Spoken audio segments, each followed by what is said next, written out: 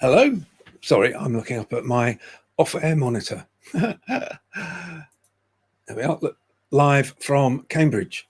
So this is my daily routine when I look at trends, and I think it helps feed my creativity. I'm also just about to upload my daily boot up, which is getting more stressful as I can't really seem to say all the things that I want to say in the time that I give myself to say them, which is while my computer boots up. Anyway, this is when I look at all sorts of trending sites, Times bestseller book list, top 10 on Netflix, the top 10 on Amazon Prime, and what's trending on YouTube. And to be clear again, in case you didn't catch yesterday, what's trending on YouTube is you go to explore and then you go to the trending site, the trending tab, but it's trending in your country. People think that it's actually something that's served up to you via an algorithm or whatever, but it should actually be what's trending in your country. And some of the stats don't make sense because sometimes it's not always by the most views, it's about the fastest number of views, that kind of thing. So, you know, I don't think it's worth delving into all of that quite too much. It's just interesting to see what is trending on YouTube. So without further ado, I shall just get my computer screen up. Okay, so we had a look at this yesterday. Mr. Beast, who is one of the most subscribed YouTubers in the States and worldwide, is still at #1 with 55 million views in one day. And it's the real Squid Game, or the Squid Game in real life.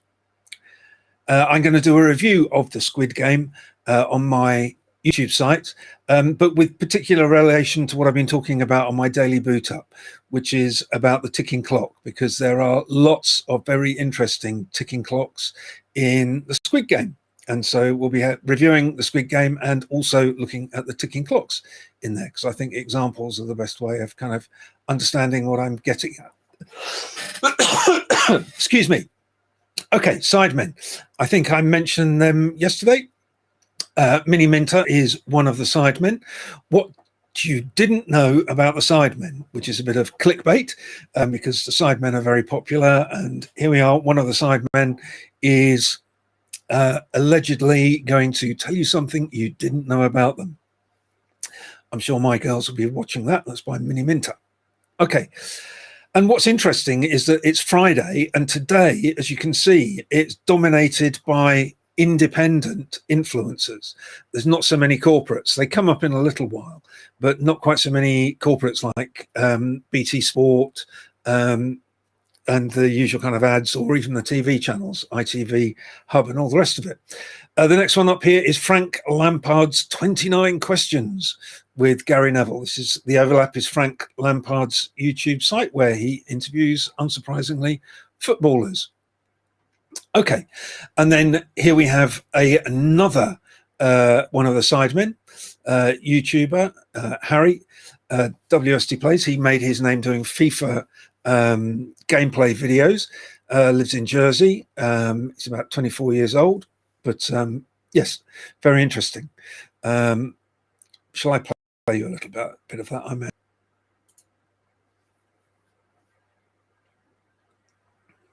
This Black Friday week, oh, the usual advert.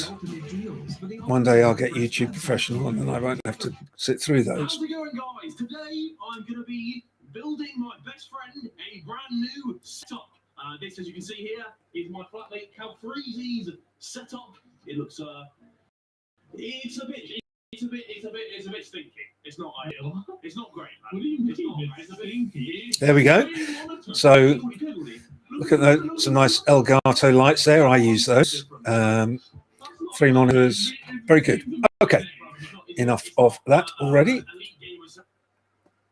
So building a new setup videos, something that happen an awful lot. There are Facebook groups looking at setups. Okay, and then we have a new entry, Silky, the official music video. I think that came in while I was looking at the Harry's video here. Then the Grand Tour Presents. This is the first kind of, I would call, corporate, or yes, corporate video. So from the Grand Tour, saying they're back. This has had 1 million views in one day. So Clarkson et al. Are still very popular. Hammond and May, of course. Then some troubling news about the worst ever COVID variant and the UK banning flights.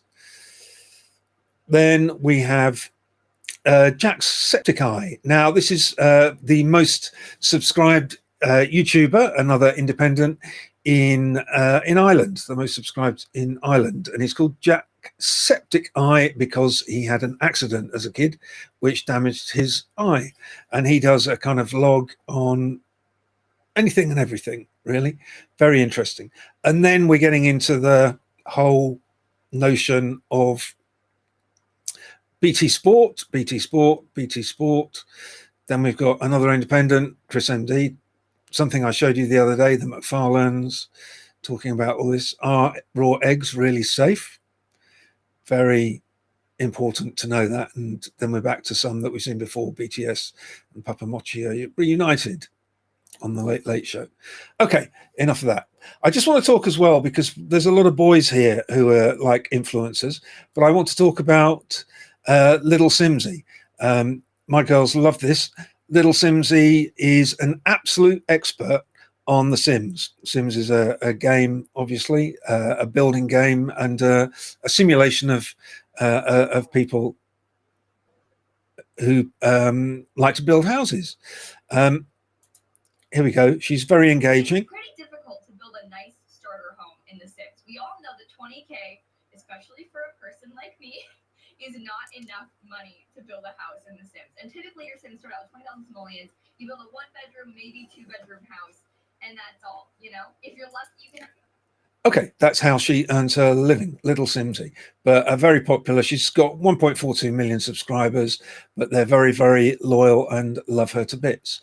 Okay, now I'm going to have a look at Social Pilot, and there's some quite interesting things in here.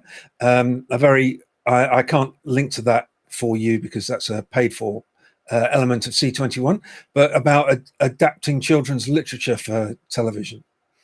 Some quite deep sort of industry news here. Things about various movements in and around the industry, people moving jobs and what have you. But here we are. This is interesting. Liverpool plans to become the Hollywood of the North with a new studio scheme.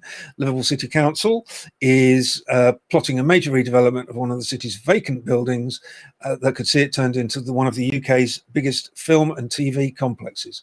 Wonderful. Fully supportive of that kind of thing. Excellent. And it goes with the news as well that there are so many new studio complexes, you know, Leavesden, Neasden, you name it, down here.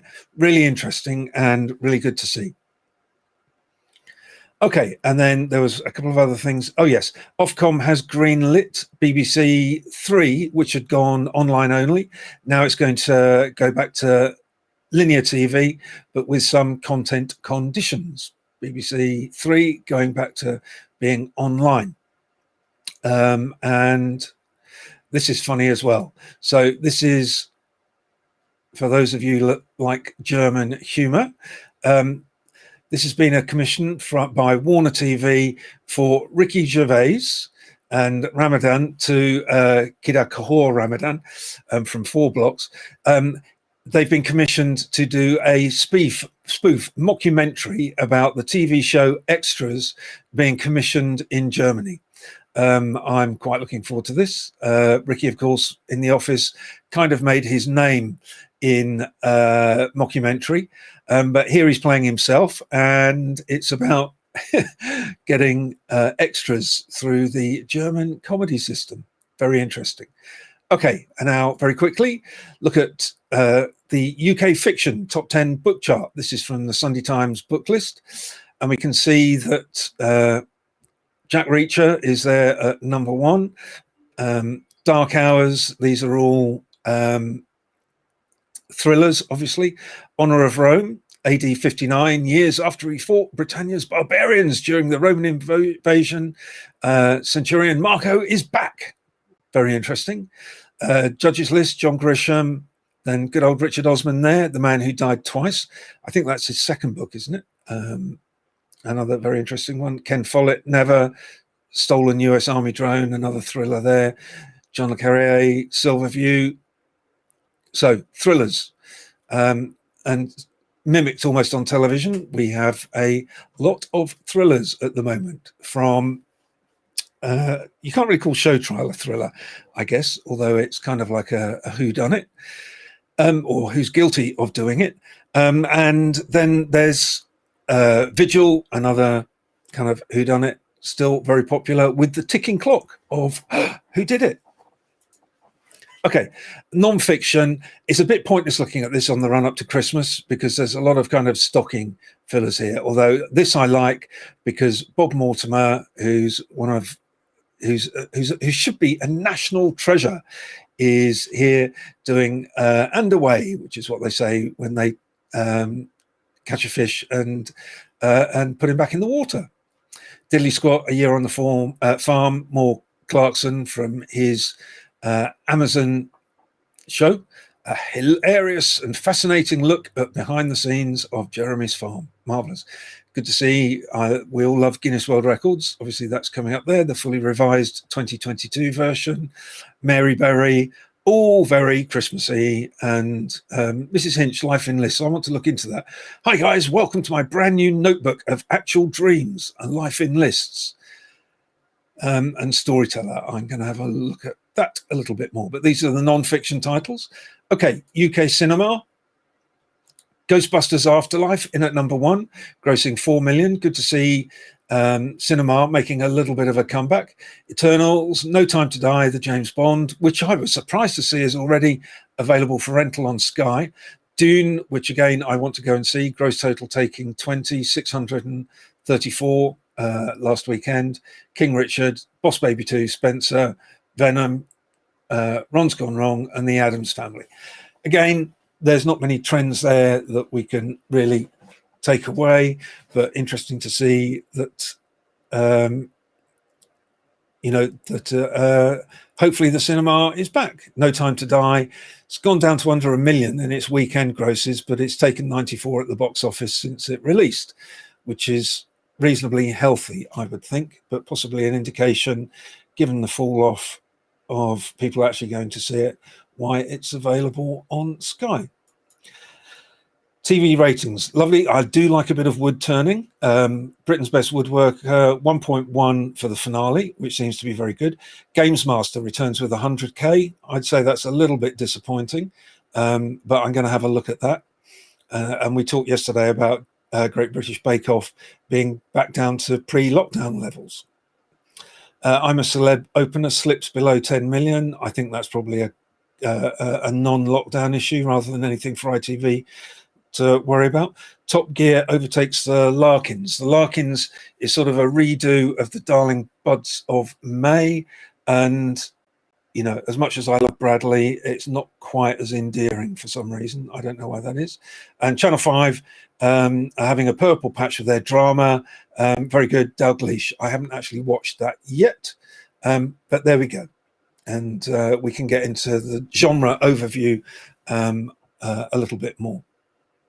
But what do they make of Games Master? I just want to have a look quickly at what people thought of that.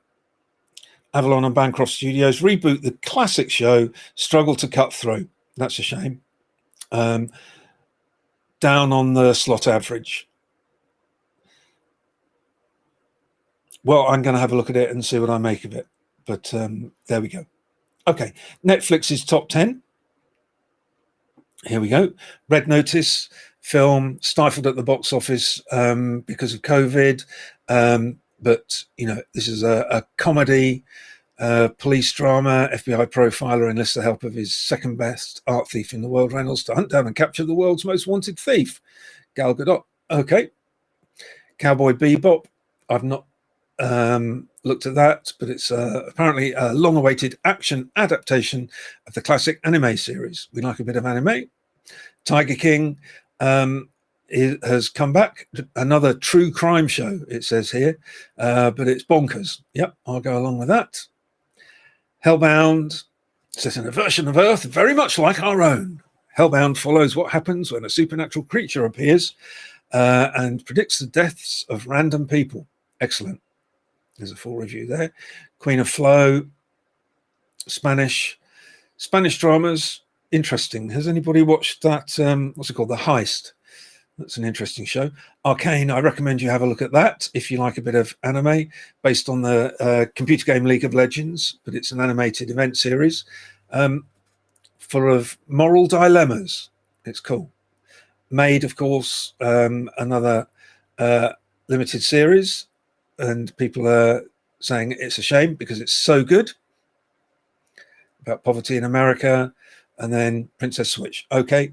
And then on Amazon, Amazon haven't quite caught up with releasing their top 10. So you get lots of things that say popular shows on Amazon Prime, or the best shows in somebody's opinion. But Wheel of Time is there. I'd be interested to know what people think about Wheel of Prime. You know, one of the fantasy dramas, starring Rosamund Pike, who's also an exec producer on the show, and Succession, which I only just discovered or only just found time to look at, but it is very, very, very good. All right, so that's it for today. Let me just go back up to full frame while I get onto my other screen. I'm going to do a review of Restream versus StreamYard soon, from a kind of TV director's point of view. I'm using Restream at the moment, which streams to anywhere and everywhere through my browser. And really the differences between the two, apart from a little bit of cost, are the interfaces. And I already know which one I like, but you'll have to wait for that review. I'm also going to start doing some reviews that relate to my version of what makes engaging storytelling. And that'll be coming up very soon on my YouTube channel. And I'll put a link to that on the next Daily Boot Up. All right, I hope you have a good day. I'm going to go and get back to mine. Thanks a lot. Bye now.